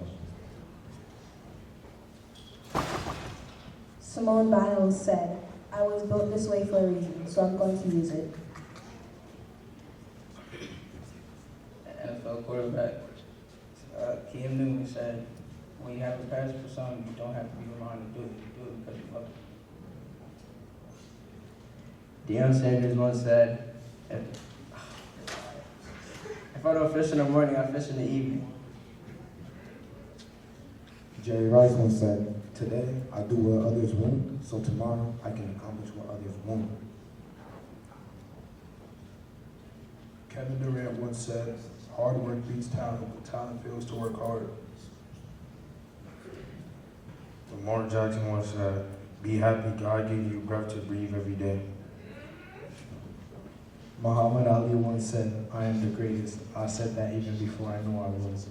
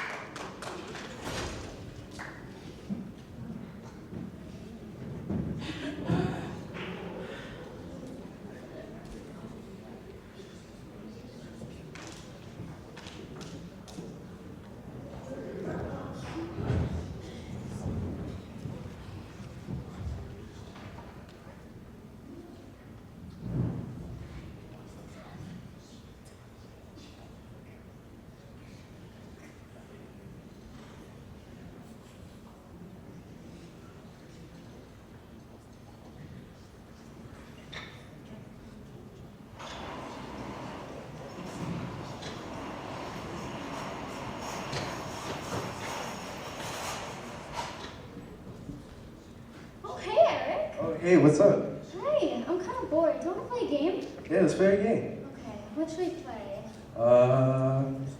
Oh, we can play. Headbands? Yeah, headbands. Okay. Okay. All right. They have movies on them, so I have to describe the movies to you, and you get to guess them. Alright, All right. I can do that. I Yes, go okay. first. Now you're gonna put a 30-second timer on your phone. Alright. Alright, I put 30 seconds. Alright, starting now. Okay. It's a boy. He lives in the city. Okay, can you give me more? He goes to an upscale high school, and he's having a lot of trouble adjusting. Is this Spider-Man by the Superverse? Yes, you got Oh, it. yeah. Okay, now it's mine.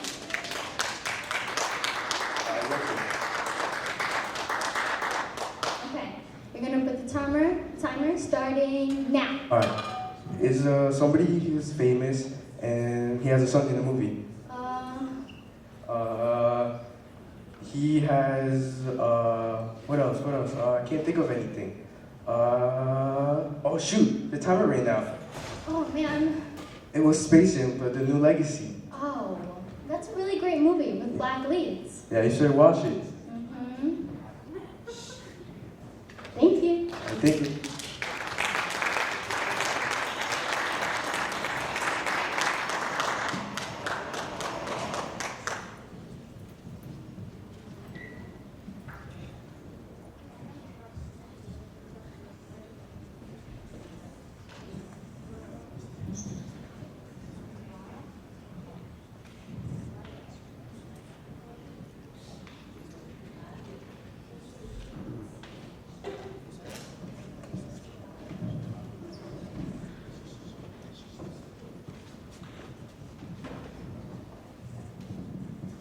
As you have seen throughout history, there have been a number of African Americans who have worked hard to make their names and reputations known. They have broken boundaries, they have reached for the stars, they have defined success. Please welcome all of these people to the stage next, as they will be here in spirit through our fashion show. All of the people represented tonight are people who have inspired us. Mariah Espinal and Emily Castellon will be here reading quotes in tribute to these powerful figures. May we never forget the impact they have on our society.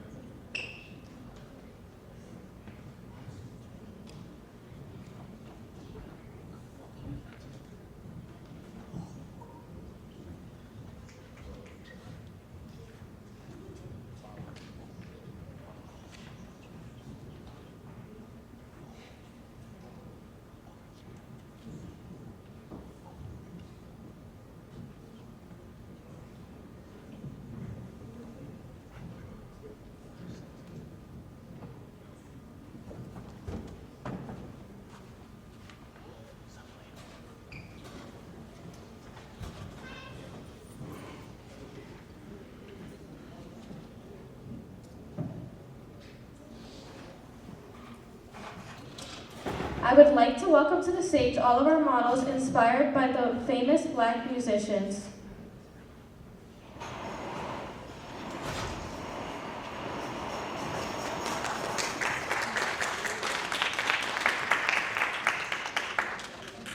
Jimi Hendrix. When the power of love overcomes the love of power, the world will know peace.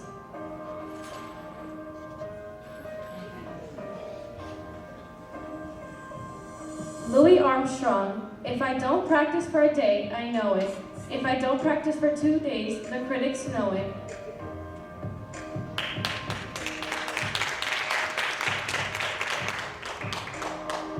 Prince. Despite everything, no one can dictate who you are to other people.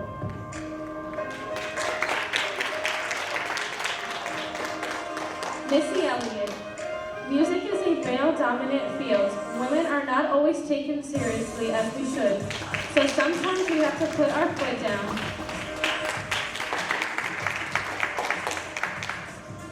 Kendrick Lamar.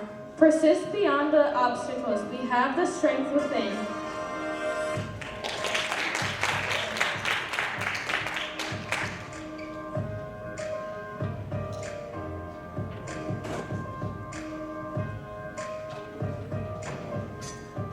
Let's give a round of applause for all these individuals.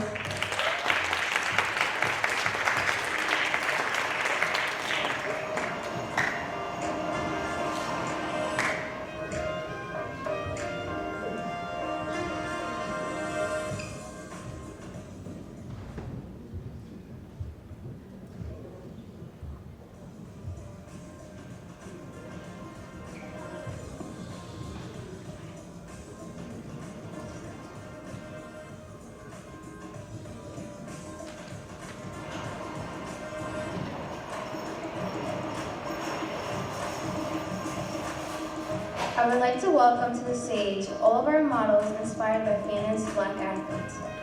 Jackie Robinson. A life is not important except in the impact it has on other lives.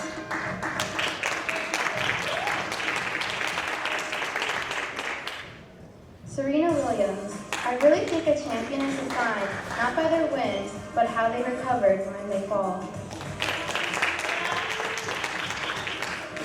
Hakeem Olajuwon. Hard work beats talent when talent doesn't work hard. LeBron James. Nothing is given, everything is earned.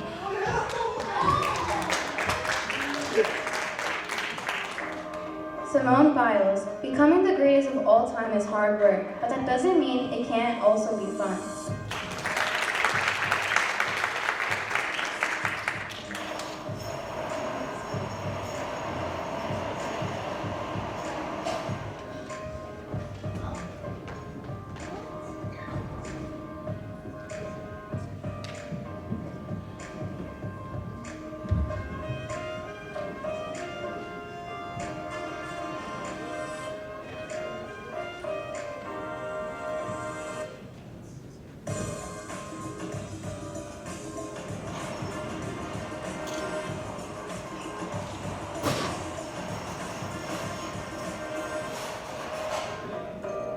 I would like to welcome to the stage all of our models inspired by famous Black authors. Amanda Gorman. But as for the future, I foresee a world which is more creative, more open, more loving, more ecologically friendly, more honest about its history and progress. I think it's of those tributes will be made by young people.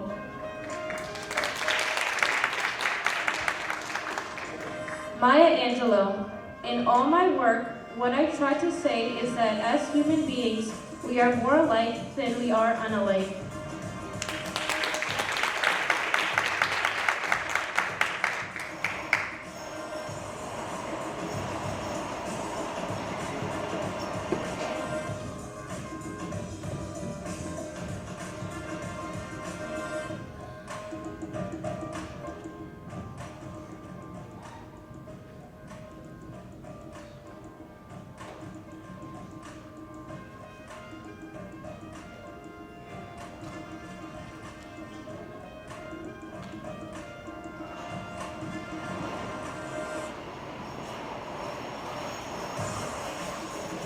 I would like to welcome to the stage all of our models inspired by famous Black historical figures.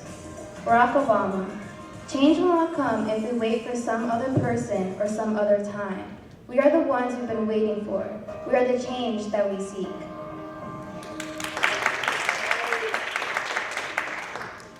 Martin Luther King Jr. Injustice anywhere is a threat to justice everywhere.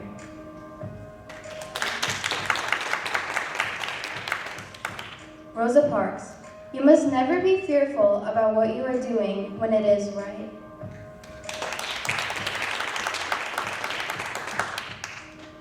Harriet Tubman. I had reasoned this out in my mind. There was one of two things I had a right to, liberty or death. If I could not have one, I would have the other.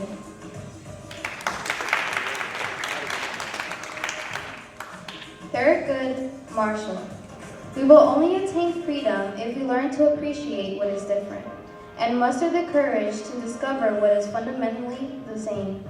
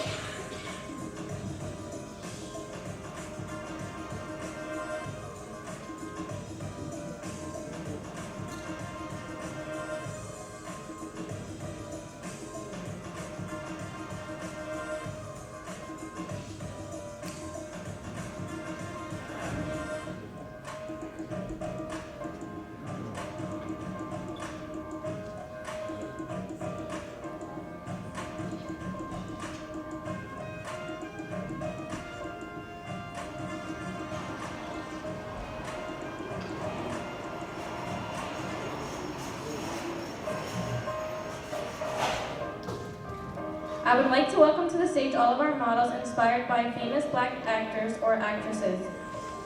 Zendaya Coleman, don't try so hard to fit in, and certainly don't try so hard to be different. Just try hard to be you.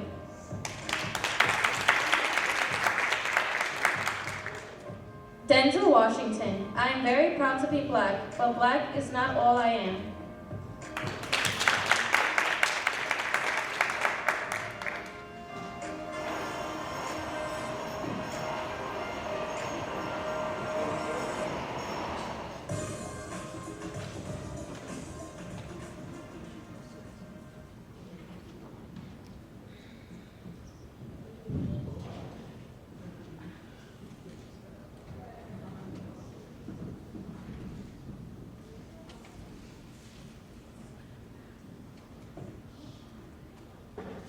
The final song of our performance has been with us for so many years. It's inspired us and has almost become an anthem. It truly embodies the feelings and intensities of hard work and perseverance. The next performance is a tribute to the song Stand Up by Cynthia Ariel.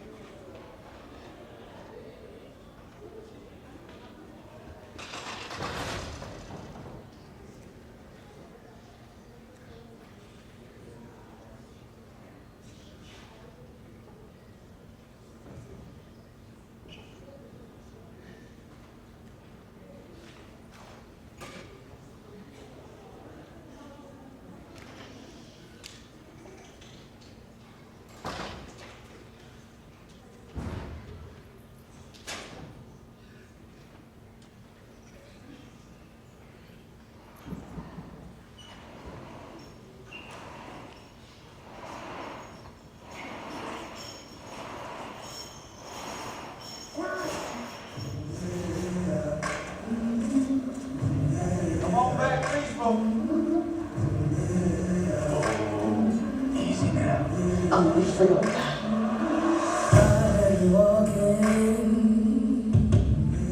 with my face turned to the sun.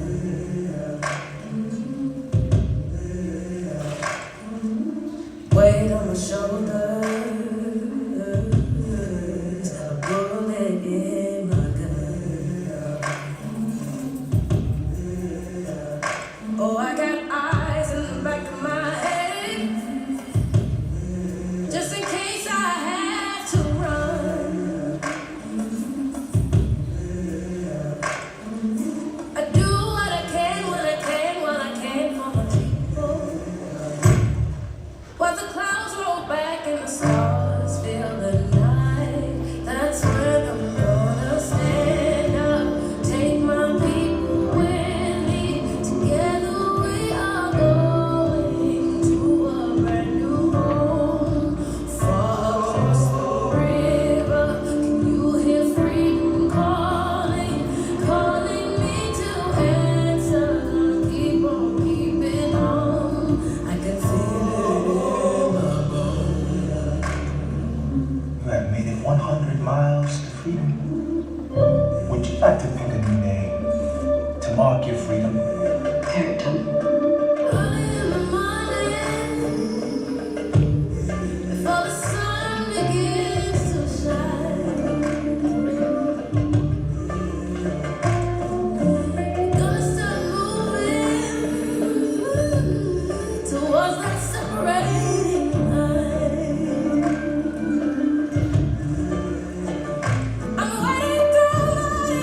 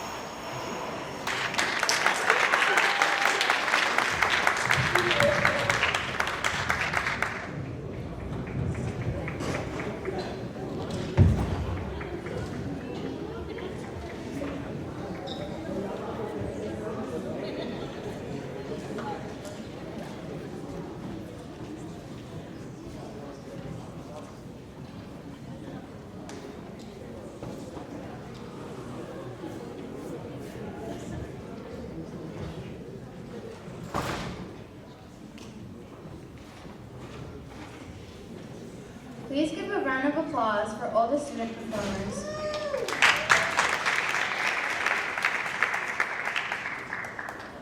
We are so proud of everything you have worked toward, accomplished, and stand for.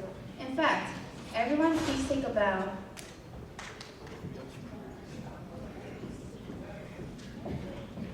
We would also like to take a moment to recognize our graduating seniors this year. Thank you for 4 years of dedication. We wish you all the luck in the world. Please step forward when your name is called.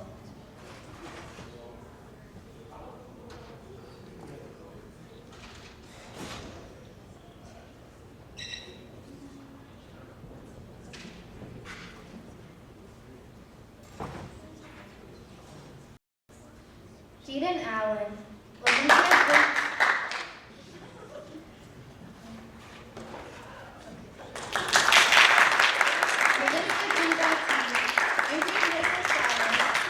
Emily Castellone, Monica Guido,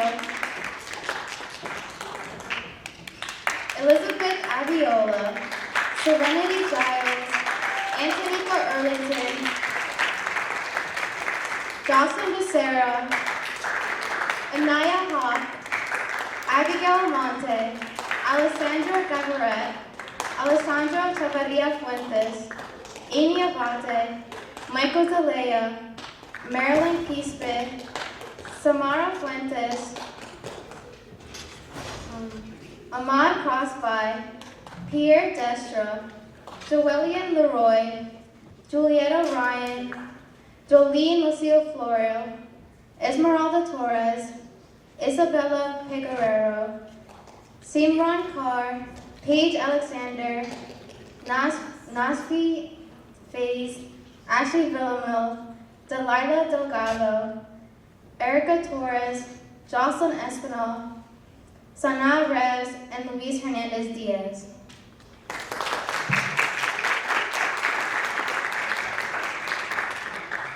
We have special members in our audience tonight that we would like to thank. We would love it if you could join us on stage tonight when we call your name. Miss Valerie Sullivan-Mimi for working with the step team for a performance. Kirkland Lewis for always enthusiastically agreeing to support our vocals. Joe Hassett and the members of the sound and light crew for aiding our audio-visual needs. Without you, there would be no show.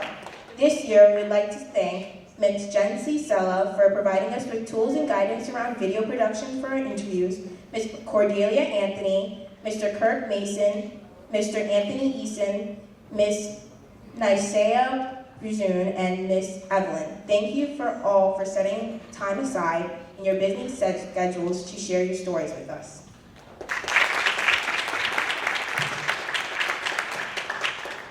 We would like, once again, to thank the members of the Board of Education, Administration, teachers, staff, parents, and our fellow students for joining us tonight. Thank you for coming out tonight. We hope everyone enjoyed the show and we embrace the message we portrayed here tonight. I think we could all agree that while we enjoy celebrating Black History Month in February is amazing, we should take moments every day to embrace and appreciate all of the amazing things this culture has brought to our country. Remember, Black history is American history. I'd also like to thank Ms. Morales for all her constant support.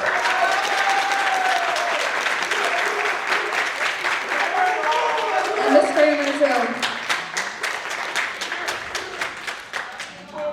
See you all next year.